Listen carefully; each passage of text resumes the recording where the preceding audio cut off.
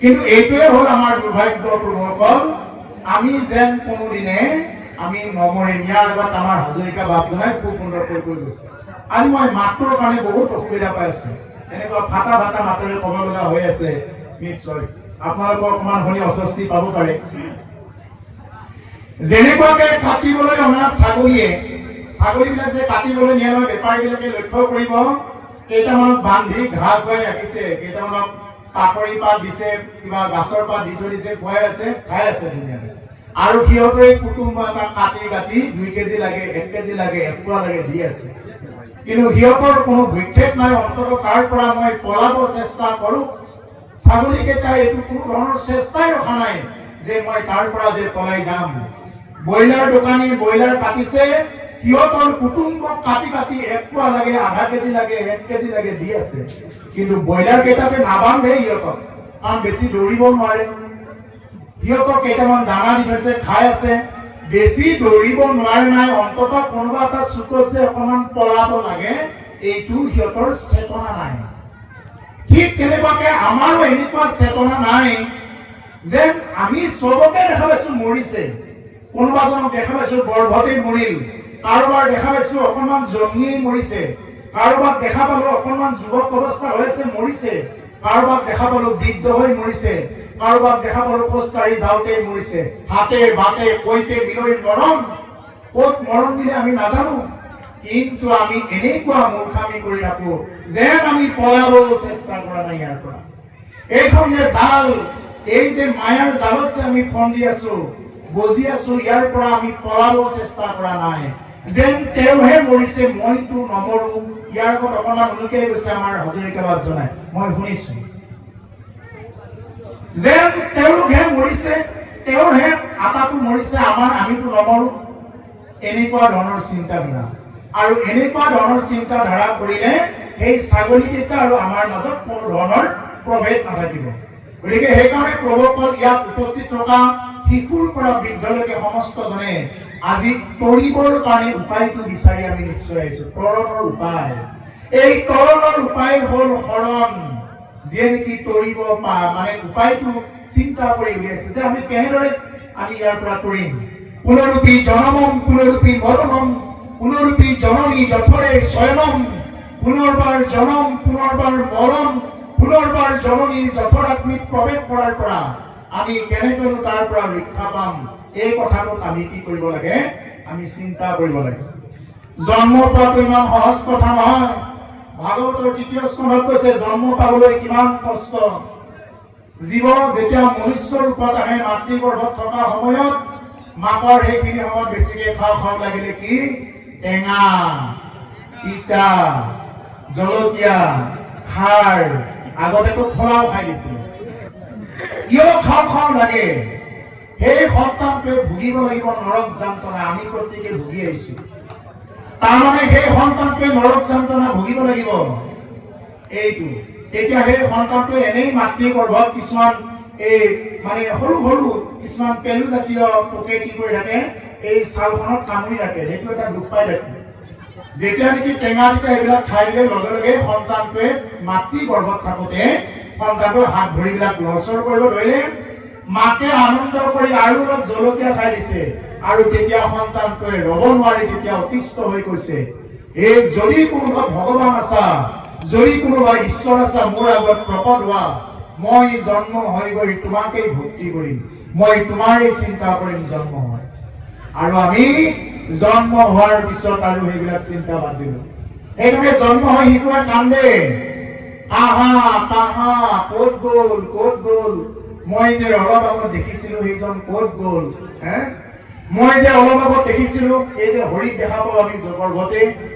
আৰু মাকে সেইদিনা সঁচা কথাটোকে কয়, কি বুলি কয়, বোলে নাই বাচ্চা, একো নাই, লেংটা হৈ আহিছা, লেংটা হৈ যাব লাগিব বাচ্চা, একো নাই, চব বিচাৰ একো নাই।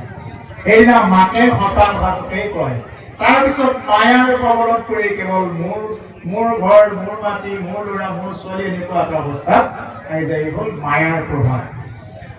গতিকে সেইকাৰণে ক'ব, এই যে মাতৃগৰ্ভত থাকোতে যিমান বিলাক কষ্ট পাব লগা হয়, এনেকুৱাকে কষ্ট পাই যদি আমি মনুষ্য জন্ম পোৱাৰ পিছত যদি আমি ভক্তি কৰিব নোৱাৰো, ইয়াতকৈ আৰু দুৰ্ভগীয়া, ইয়াতকৈ আৰু হীন কোনো নাই। যদি আমি এই মনুষ্য জন্মত যদি আমি ৰাম নাম লৈ আমি যদি সাৰ্থক কৰিব নোৱাৰো, তেতিয়াহ'লে ইয়াতকৈ আৰু হীন নহ'ব। সেইকাৰণে মই এটা মাত্ৰ অনুৰোধহে কৰোঁ, আজ্ঞা নকৰোঁ, অনুৰোধ মাত্ৰ। আমাৰ দেহত প্ৰায় 3.5 কোটি নোম আছে। এই 3.5 কোটি নোমৰ এডাল এডাল নোমৰ নামত এবাৰ এবাৰ ৰাম ৰাম উচ্চাৰণ হ'ব লাগিব। এজন মানুহে যদি পূৰ্ণাংগ যদি সাধন পাব লগা হয়, তেওঁ যদি বাক সিদ্ধ হ'ব লগা হয়, তেতিয়াহ'লে তেওঁ প্ৰায় 3.5 কোটি নাম এনেকুৱাকে জপ কৰিব লাগিব, ভাই মুখে বোলা নাম হৃদয়ে ধৰা ৰূপ, এতেকে মুকুতি পাইবা কহিলো স্বৰূপ। এনে নামটো কৃষ্ণ কৃষ্ণ কৰি ল'লেই নহ'ব, হৃদয়ত ৰূপ ধাৰণ কৰি মুখেৰে যেতিয়া নেকি ৰাম লোৱা হ'ব, কৃষ্ণ নাম লোৱা হ'ব, সেই নামে ফলিয়াব। এনেকুৱাকে নাম যদি কোনোবাই 3.5 কোটি ল'ব পাৰে, তেওঁ কি হৈ যাব পাৰে? তেওঁ সিদ্ধ হৈ যাব পাৰে। কিন্তু এই 3.5 কোটি নাম জপ কৰা ইমান সহজ কথা নহয়, যিটো পদ্ধতিত জপ কৰাৰ কথা কোৱা হয়। সেইকাৰণে প্ৰভুসকল, আমি জীয়াই থাকোঁতে যাতে আমি এনেকুৱাকে নাম জপ কৰি নামৰ মাধ্যমত আমি যাতে এই ইহজনম আৰু পৰজনমত যাতে আমি জীৱনটো সাৰ্থক কৰিব পাৰোঁ। নহ'লে ইয়াতকৈ আৰু দুৰ্ভগীয়া নাই। এই ছাগলীকেইটা ব্ৰইলাৰ কেইটাৰ দৰে আমাৰ একেই হ'বগৈ। এতিয়া কৈ আছে, হৰিচ মৰি জিমতে তৰিলা কৰিলা তনু ত্যাগ, পঢ়িও তাহানো জন্মভূত মহাভাগ। হে ফুট, হে মহাভাগ্যশালী, তুমি কি কৰা? হৰি স্মৰি কেনেকৈ, হৰি স্মৰণ কৰি পৰীক্ষিতে কেনেকৈ তনু ত্যাগ কৰিলে, সেই কথাখিনি আমাক কোৱা। হে ৰাম বিষ্ণু বৈষ্ণৱৰ কিঞ্চিতে কোনা, হি বেদম দুয়ো কথা কৰে পাত,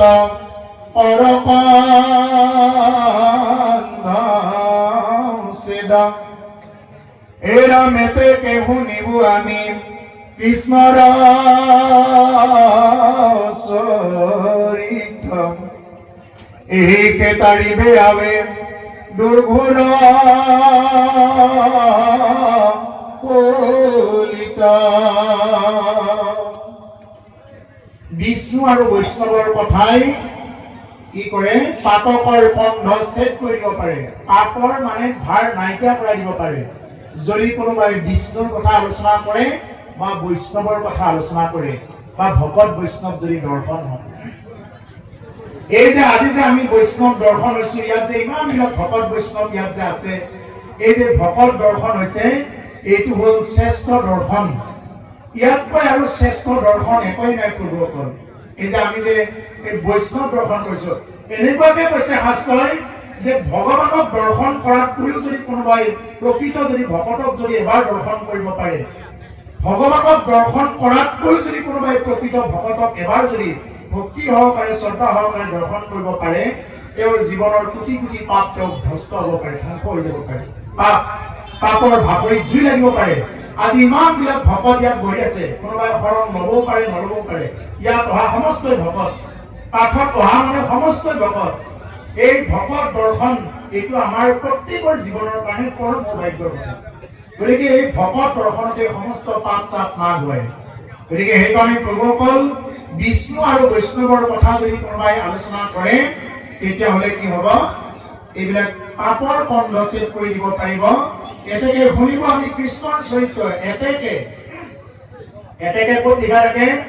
অংকৰ শিক্ষকবিলাকে মানে অংক কৰি থাকিলে কি শেষত সমাধান দিয়ে, এতেকে 3টা ডট দিয়ে, এতেকে প্ৰোগ হৈ গ'ল। এইটো 3টা বিন্ধা দিয়াৰ লগে লগে এইটো প্ৰোগ হৈ গ'ল, মানে এতেকে। গতিকে এওঁলোকক কৈছে যে এতেকে শুনিব আমি কৃষ্ণৰ চৰিত্ৰ, সেইকাৰণে শুনিম আমি কৃষ্ণৰ চৰিত্ৰ। এইটো সমাধান, মানে কৃষ্ণৰ চৰিত্ৰ আমি শুনিবই লাগিব, শ্ৰৱণ কৰিবই লাগিব।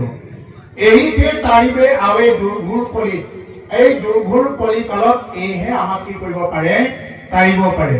নহ'লে এই কলি যুগত আপুনি যিমানেই যি পন্থা অৱলম্বন নকৰক কিয়, যি হিচাপতে নচলক কিয়, কিন্তু ইয়াৰ পৰা তৰাৰ কাৰণে অন্য কোনো ৰাস্তা নাই, অন্য কোনো ৰাস্তাৰে ইয়াৰ পৰা তৰিব নোৱাৰে।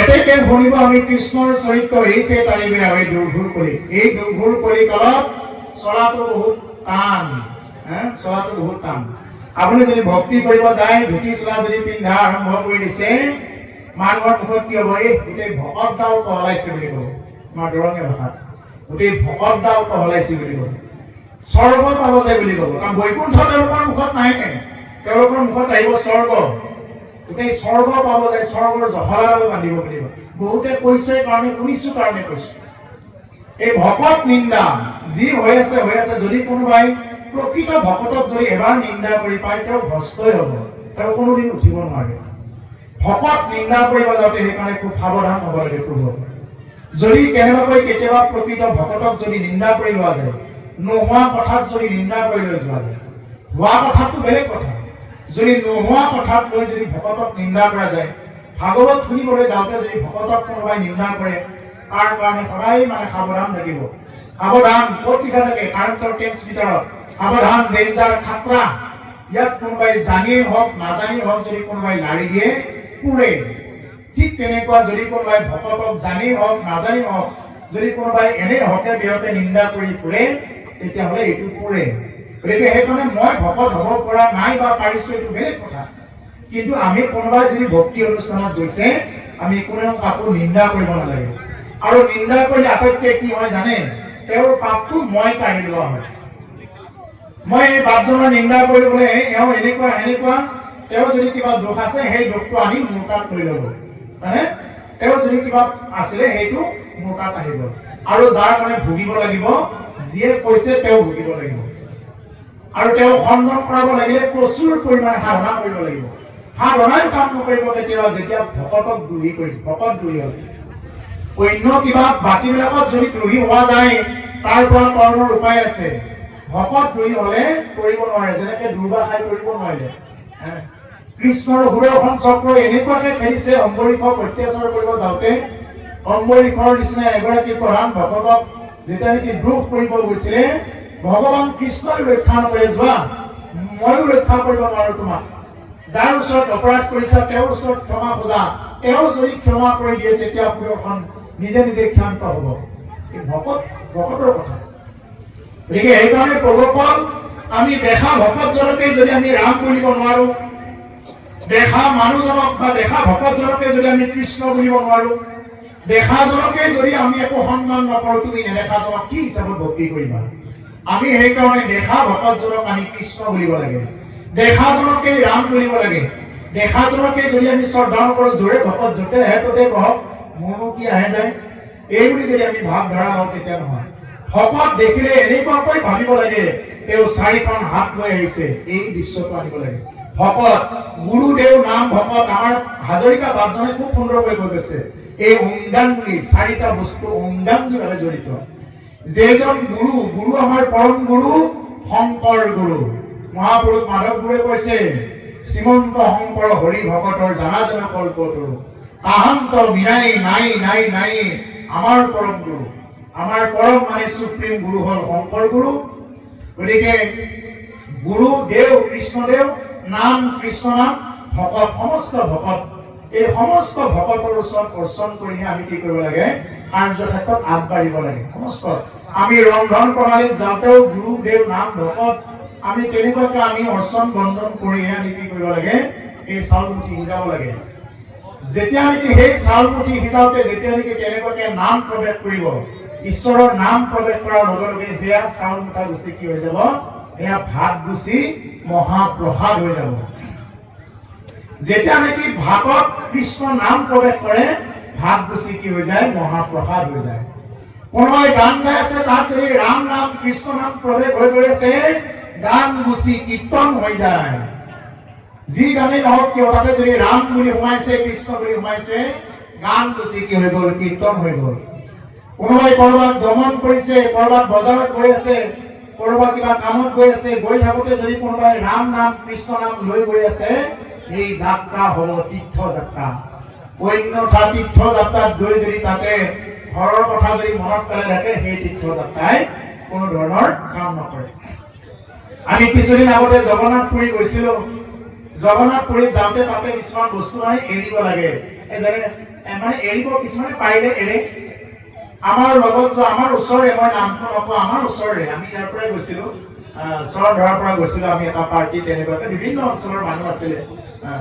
পিছত এজন মই বাপ এজনক সুধিলোঁ, বোলে আপুনি কি এৰিলে? তেওঁ ক'লে, বোলে মই কচু এৰি দিলোঁ বুলি ক'লে। কচু এৰি দিলে। মই বোলো কচুটো কিবা এৰা বস্তুনে? মই ভাবিলোঁ হয়তো আহু কচু বা লংকা কচু, যিবিলাক এই কচু আমি খাব পাৰোঁ, এনেকুৱা কচু হয়তো কিবা এৰি দিলে। পিছত তেওঁ ক'লে, বোলে বাকী কচু নহয়, মই বৰাই নোখোৱা কচুটোহে এৰি থৈ আহিছোঁ। যিটো কচু মানে বৰাই নাখায়, এই বৰাই নোখোৱা কচুটোহে মই এৰি থৈ আহিছোঁ, বাকী কচুটো কিন্তু ঠিকে খাওঁ। এনেকুৱা ধৰণৰ যদি ভক্তি হয় হ'ব। সেইকাৰণে তীৰ্থযাত্ৰাত গ'লে যদি কোনোবাই মণি মুকুতালৈ মনত পেলাই থাকে, এতিয়া জগন্নাথ পুৰীত গ'লে সাগৰৰ পাৰত অজস্ৰ মণি মুকুতা কি লাগে, অতি কম দামত পায়। কিমান মুকুতা লাগে, কিমান কম দামত। আনকি কিছুমানে হীৰা দিব আহে, 100 টকা 50 টকা 10 টকাটো দি দিব, এনেকুৱাও আছে। গতিকে কি লাগে, এইবিলাক 2 নম্বৰ হীৰা। গতিকে তেনেকুৱা, গতিকে তাতে যাই যদি আমি সেইবিলাক বজাৰ কৰি থাকোঁ, ঘৰতো বজাৰ কৰি আছো, গতিকে তুমি ঘৰত থকাই কাম আছে। সেইকাৰণে কৈছে তীৰ্থযাত্ৰা যদি কৰিব লাগে, তাত যদি নামৰ সংযুক্ত নাথাকে, সেই তীৰ্থযাত্ৰা কৰি কাম নাই। সেইকাৰণে তীৰ্থযাত্ৰা কৰিব গ'লে যাকে তাকে লৈও যাব নালাগে। যি মানুহে তীৰ্থৰ প্ৰতি আস্থা নাই, যিখন তীৰ্থত যাম, ধৰা হ'ল আমি বৃন্দাবন পুৰীত যাম, জগন্নাথ পুৰীত যাম, আমি বৃন্দাবন ধামত গ'লে, জগন্নাথ পুৰীত গ'লে আমি কি কৰিব লাগিব? এই ক্ষেত্ৰখনৰ মহিমাৰ কথা জানিব লাগিব।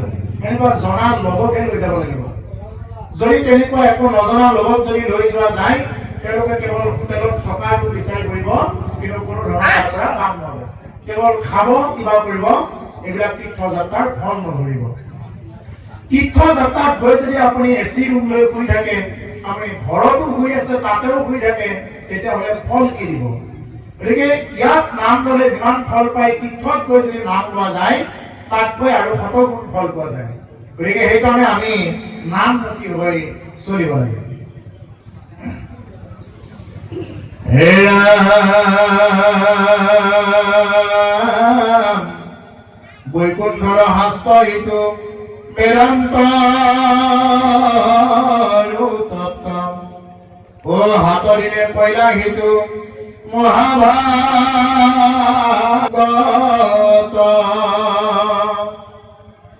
এই ভাগৱত শাস্ত্ৰ হ'ল বৈকুণ্ঠৰ শাস্ত্ৰ, এইটো বেদান্তৰ তত্ত্ব। বেদ যি আছে, বেদৰ মূল সাৰ বস্তুৱে হ'ল এই ভাগৱত তত্ত্ব। কৃষ্ণ যাব নেকি?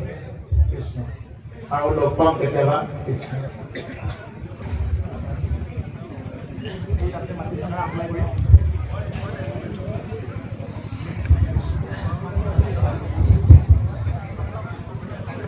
প্ৰভুসকল, মাতটো শুনি আমনিটো পোৱা নাই? মই ফাটা মাতেৰে কৈ আছো, মোৰ নিজৰে মানে হেৰি হৈ গৈছে, আজি জোৰ দিব পৰা নাই, নহ'লেতো গান বহুত ওলাই মাজত। এই ভাগৱত হ'ল বৈকুণ্ঠৰ শাস্ত্ৰ। 7 দিনে পৈলা হিতু মহাভাগৱত, 7 দিন ক'লে এই মহাভাগৱত কথা। আৰু 7 দিন শুনি মহাৰাজ পৰীক্ষিতে কি পালে? গতি পালে। আৰু আমিও যদি এনেকুৱাকে শুনাৰ দৰে শুনিব পাৰো, তেতিয়াহ'লে ভাগৱত কথাই আমাৰ জীৱনত ক্ৰিয়া কৰিব।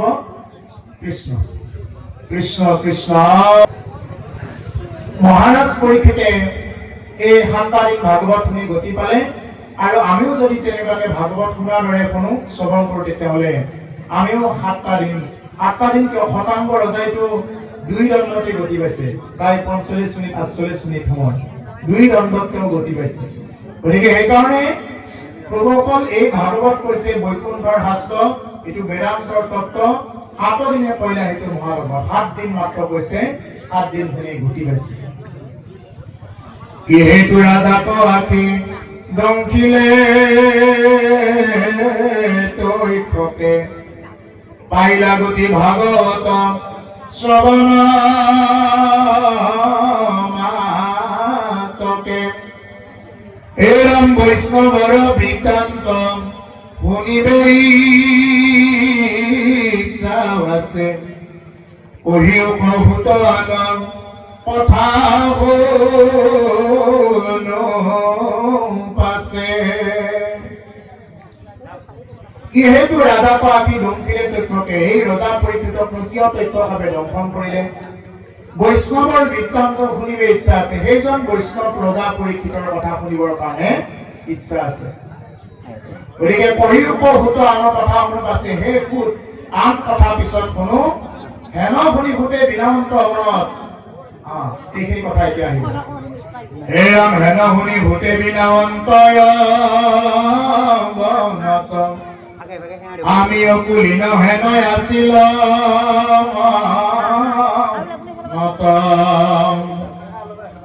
তোমাখাৰ প্ৰশ্নে ভৈলো আজি কি পবিত্ৰ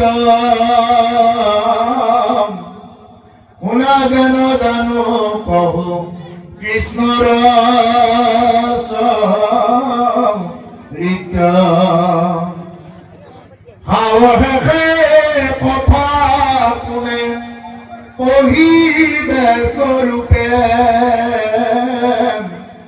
ও যেন পক্ষী উড়ায় পাহাৰয়নৰূপে সেইমতে যত মান লৰে মৰমতি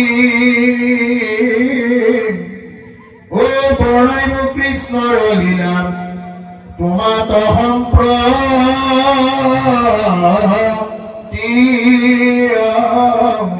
ৰাম ৰাম হেন শুনি ফুটে পাছে কি কৈছে বিনামন্ত এইবাৰ মানে ফুটে এই কথাখিনি কৈছে আমি অকুলীন নহয় ন আছিলো মনত আমি অকুলীন মানে এনেকুৱাকে মনত ভাবি আছিলো যেহেতু অকুলীন বুলি সকলোৱে কয় নিজ জাতত উচ্চ জাত নিজ জাত কিবা জাত এনেকুৱা জাতবিলাক কি কৰে ভাগ কৰি আছিলে আগতে গতিকে কৈছে যে হেন শুনি ভূতে বিনামন্ত অৱনত আমি অকুলীন নহয় আছিলো মনত আমি মনত এনেকুৱাকে অকুলীন বুলি ভাবি আছিলো আমি দূৰত উঠিবই পৰা নাই বুলি ভাবি আছিলো ক্ৰমাশাৰ প্ৰশ্নে ভৈলো আজি কি পবিত্ৰ শুনা যেন জানো কহো কৃষ্ণৰ চৰিত্ৰ আৰু তোমালোকে যি আমাক প্ৰশ্ন কৰিলে এতিয়া এই প্ৰশ্নত আমি আজি পবিত্ৰ হৈ গলো এই বুলি কৈছে আজি আমি ভিতৰৰ পৰা পবিত্ৰ হৈ গলো তোমালোকৰ প্ৰশ্ন হলে হাৱৰাকে কথা কোনে কৈবে স্বৰূপে শেষলৈ কোনে ক'ব পাৰে কৈছে যেন পক্ষী উৰাই পাখাৰ অনুৰূপে যেনেকুৱাকে পক্ষী উৰে পাখাৰ অনুৰূপে যাৰ যেনেকুৱা পাখা থাকে এই পাখাৰ অনুৰূপেহে পক্ষীবিলাক উৰিব পাৰে ঈগলক দেখা পায় যদি আমাৰ ঘৰৰ পাৰ চৰাইটোৱে যদি ভাবে ময়ো ঈগলৰ দৰে উৰিম বুলি ক'ত হ'ব গতিকে যাৰ যেনেকুৱা শক্তি সেইমতে কি কৰিব পাৰে এই ভাগৱত ধৰ্মত তেওঁ কি কৰিব পাৰে সাঁতুৰিব পাৰে সেইমতে যত মান লয় মোৰ মতি বৰ্ণাইব কৃষ্ণৰ লীলা তোমাতো সম্প্ৰতি সেইমতে মোৰ যিমানখিনি মতি ঈশ্বৰে যিমানখিনি কৃপা কৰে ইমানখিনিয়ে মই তোমালোকৰ আগত ব্যক্ত কৰিব পাৰিম হে ৰাম গ্ৰাম্য কথা কথনে মলিন বাণী তাপ শুদ্ধ কৰো কৃষ্ণ কথা খানি কৃষ্ণ চৰিত্ৰত মোৰ মহালা আছে ও কৃষ্ণৰ কীৰ্তনে জাতি অজাতি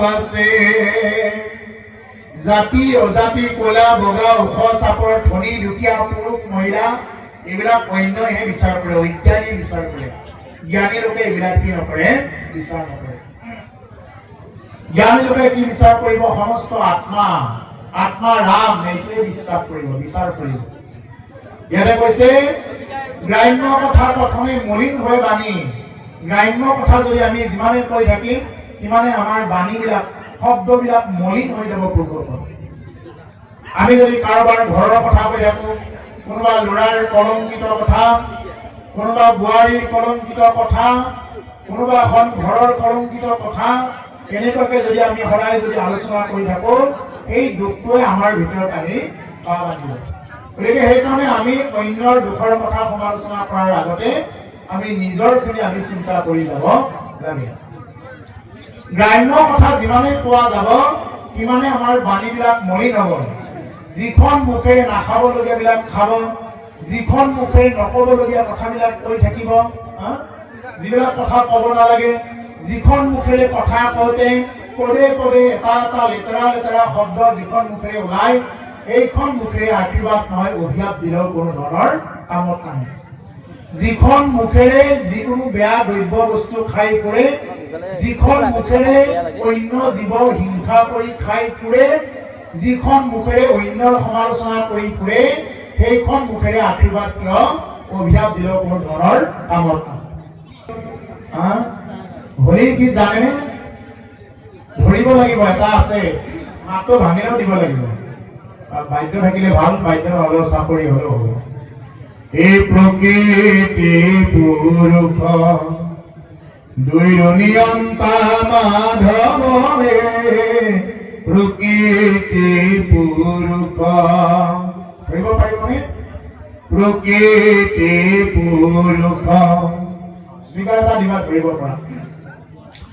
দুইৰ নিয়ন্তা মাধৱে, প্ৰকৃতি পুৰুষ, সমস্তৰে আত্মা হৰি পৰম বান্ধৱ, সমস্তৰে আত্মা হৰি পৰম বান্ধৱ, ময়া নাথৰ নাথ তুমি নাৰায়ণ গিৰি, ময়া নাথৰ নাথ তুমি নাৰায়ণ বে, প্ৰকৃতি পুৰুষ দুইৰ নিয়ন্তা মাধব বে, প্ৰকৃতি পুৰুষ। ইমান ধুনীয়া নহয় বৰপেটা সত্ৰত এই হোলী গীতটো খুব প্ৰচলন, ইমান সুন্দৰকৈ গাই। আজি এই গীতটো দুপৰীয়া আমি গুৰেশ্বৰত গাই আহিছো, খুব সুন্দৰকৈ ধৰিছে, খুব তালে মালে খুব সুন্দৰকৈ এই গীতটো যায়। এইটো গীত কেতিয়াবা নিশ্চয় গাম কণ্ঠ ভাল হ'লে।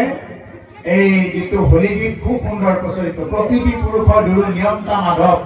আমি ইয়াত প্ৰকৃতি পুৰুষ যিমানে নাথাকো কিয়, ইয়াত সমস্তৰে নিয়ন্তা হ'ল মাধৱ, সমস্তৰে আত্মা হৰি পৰম বান্ধৱ, সমস্তৰে আত্মা হ'ল পৰম বান্ধৱ ঈশ্বৰ কৃষ্ণ। গতিকে সেইকাৰণে প্ৰভুসকল ইয়াতে কৈছে কৃষ্ণৰ কীৰ্তনে জাতি অজাতি নবাছে। কৃষ্ণৰ কীৰ্তনত কোনোবা জাতি অজাতি এইবিলাক নাবাছে। কোনে বাছে? যিয়ে নেকি অজ্ঞানী তেওঁলোকেহে জাতি অজাতি বাছে। মাধৱ পুৰুষে নাম প্ৰভাৱ স্পষ্ট কৰিছে জাতিৰ কথা। এই নজানাই আমি চাৰি জাতি, চাৰিও আশ্ৰমী নহুয়াতি, নহ ধৰ্ম গিলা দানব কথিত গামি, কিন্তু পুনাগন্ধ সমুদৰ গোপী ভৰ্তা পদ কমলৰ, নাখৰ দাস তানদা ভগৈলৈ আমি। হে ভগৱান, আমি কোনো চাৰি জাতিও নহয়, চাৰি আশ্ৰমীও নহয়, আমি কোনো ব্ৰাহ্মণো নহয়, আমি কোনো ক্ষত্ৰিয়ও নহয়, আমি কোনো বৈশ্যও নহয়, আমি কোনো শূদ্ৰও নহয়, আমি কোনো ব্ৰহ্মচৰ্যীও নহয়, আমি কোনো গৃহস্থীও নহয়, আমি কোনো বানপ্ৰস্থীও নহয়, আমি কোনো সন্ন্যাসীও নহয়, জ্যোতিও নহয়, একো নহয়। কিন্তু পূৰ্ণানন্দ সমুদ্ৰৰ গোপী ভৰ্তা পদকমলৰ, যিয়ে নেকি গোপীৰ ভৰণ পোষণৰ দায়িত্ব ল'লে, যিয়ে নেকি গোপীৰ কি কৰিছে মনোকামনা পূৰ্ণ কৰি দিছে, যি গোপীসকলে কোনো বেদৰ কথা নাজানে, একোৱেই নাজানে, তেওঁলোকে নিয়ম নীতি একোৱেই নাজানে, কিন্তু সেই ব্ৰজবালা গোপীসকলকো কি কৰিছে, সেইজন ভগৱন্ত পুৰুষে কৃপা কৰিছে। গতিকে সেইকাৰণে যেনেদৰে ব্ৰজবালা গোপীসকলক ভগৱন্তই কৃপা কৰিছে, তেওঁতো দাসৰো দাস, তেওঁতো চাকৰৰো চাকৰ আছে, এনেকুৱা চাকৰৰো চাকৰ যাতে আমি চাকৰ হ'ব পাৰো, এইবুলি আমি ভগৱানৰ ওচৰত সদায় প্ৰাৰ্থনা কৰিব লাগে। কিন্তু পূৰ্ণানন্দ সমুদ্ৰৰ গোপী ভৰ্তা পদকমলৰ দাসৰো দাস, টানো দাস হয়তো আমি, তেওঁৰ যাতে চাকৰৰো চাকৰৰ চাকৰ হ'ব পাৰো, এইবুলি আমি ভগৱন্ত পুৰুষৰ ওচৰত আমি সদায় প্ৰাৰ্থনা কৰিব লাগে। কিন্তু আমি তাকে প্ৰাৰ্থনা নকৰি কি কৰো, বোলে প্ৰভু মোক ইটো দিয়ক সেইটো দিয়ক এইবুলি প্ৰাৰ্থনা কৰো। আমি কোনোদিন আমি ঈশ্বৰৰ ওচৰত দাগ বুলি আমি স্বীকাৰ নকৰো। যি মাধৱ পুৰুষে নাম প্ৰকাশ কৰিছে, যদি কোনোবা জাতি অজাতি কৰি থাকিলে যদি কোনোবাই হৰিৰ যদি দাগ হ'ব নোৱাৰিলে তেওঁ ইয়াতকৈ আৰু দুৰ্ভগীয়া নাই বুলি কৈছে।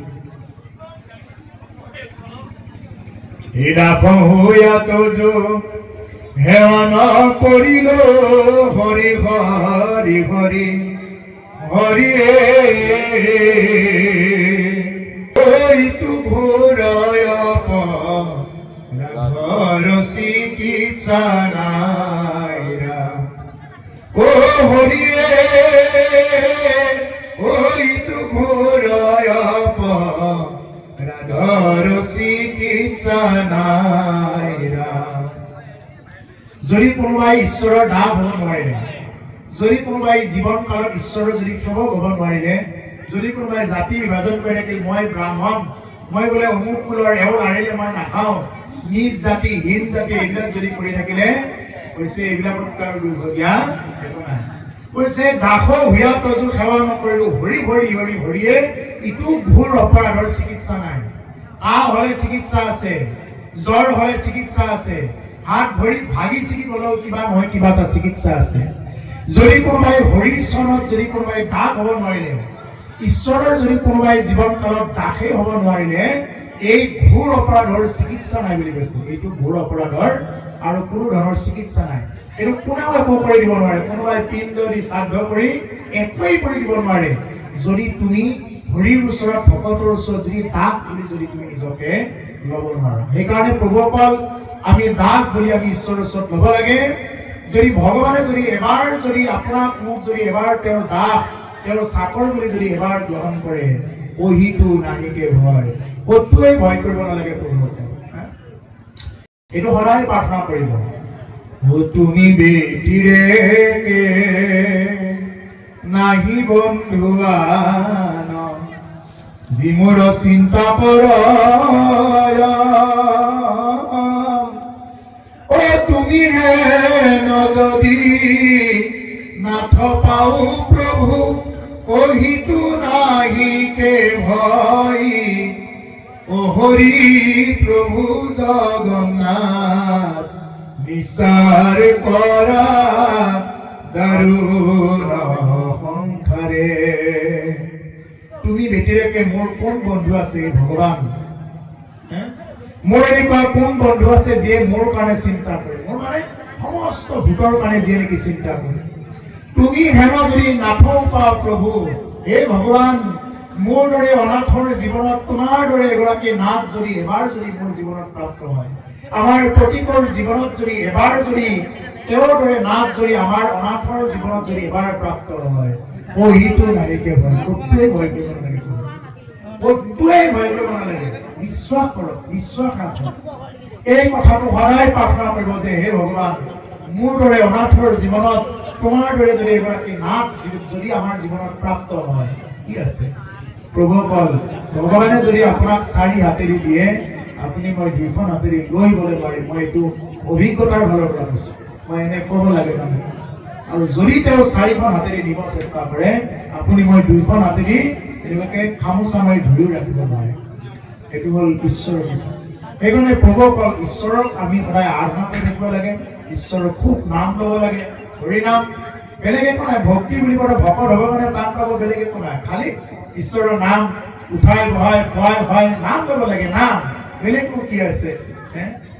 আজি হাঁহি আছো ক'বতো নোৱাৰো, কালি বা কি আছে ভাই কপালতে, কালি বা কি আছে ভাই।